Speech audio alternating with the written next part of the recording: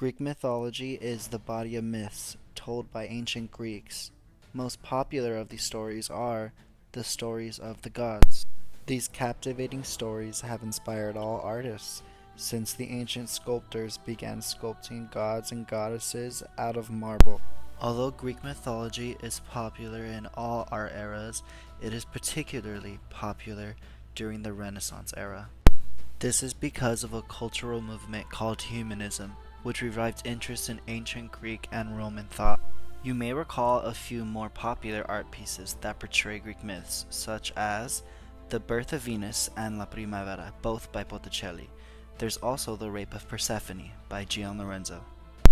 But today we will only be focusing on three specific pieces, starting with Diana and Apollo killing Niobe's children. This painting by Jacques-Louis David is a masterpiece of oil on canvas. His use of diagonal lines show incredible amount of frantic movement. You can truly see the pain and fear in Niobe's and her children's faces. His excellent use of color emphasizes Niobe as the main subject in this piece. Her clothing is brighter, her skin more pale, and she has an obvious glow surrounding her.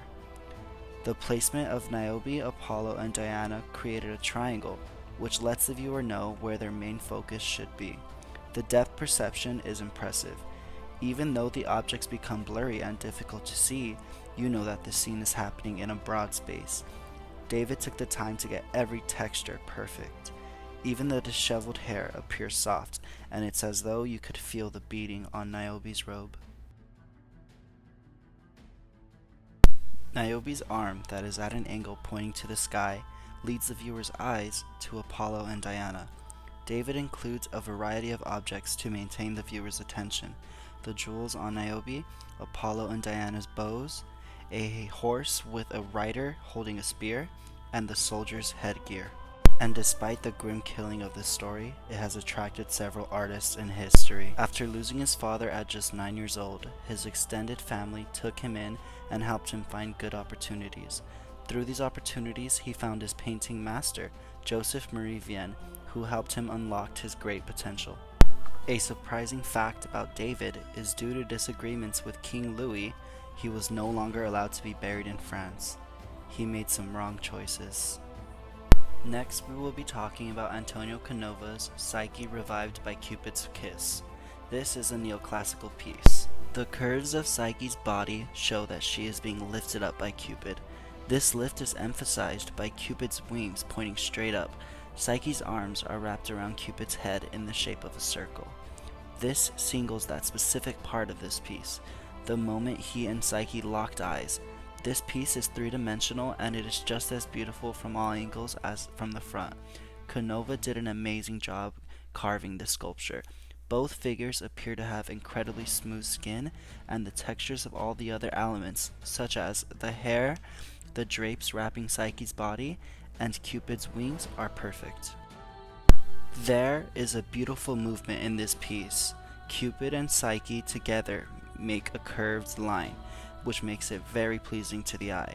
The proportions of both bodies are anatomically correct, and the positions they are in is impressively realistic. The feathers create a beautiful rhythm on Cupid's wings. Altogether, each aspect of this sculpture are in perfect unity. Antonio Canova was a very famous sculptor and is regarded as one of the greatest neoclassical artists. He became the most successful and famous of his family, who were also sculptors and stonecutters. Now onto our final painting, Perseus and Andromeda, by Joachim Outwell, a mannerism artist. This painting is full of texture. The way Joachim paints the water is showing moving waves and the splashing of the Cetus, the sea monster. Andromeda's skin is flawless and has some realistic body aspects, like the slightly roughness under her underarms and knees, the natural indents on her torso, and the wrinkle under her stomach.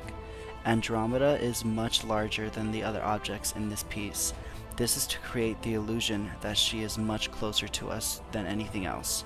She is highlighted as the main figure by her bright skin that is almost as if it's glowing. Every detail aside from Andromeda looks dark and gloomy. This is a representation for the day which she was to be sacrificed. Andromeda occupies the left side of this painting, while Cetus, Perseus, and Pegasus occupy the right, creating the perfect balance. Perseus and Pegasus are in battle, and this is shown with lots of diagonal lines and wavy, disheveled hair. There is a variety of objects along the floor of Andromeda. These objects represent her fate, which would have been death if Perseus had not rescued her. Joachim's attractive and distinctive style remained untouched by naturalistic developments of art. He began nurturing his talent with his father, who was a glass painter. Joachim worked alongside him until the age of 18, when he began to study oil painting. Greek mythology has been and will probably always be a major inspiration for all types of artists. These mythical and heroic stories open the door to a limitless imagination. The influence of Greek art extended beyond paintings and sculptures. It created movement, drama, and the love for the human body. Greek mythology is truly the influential hero of art.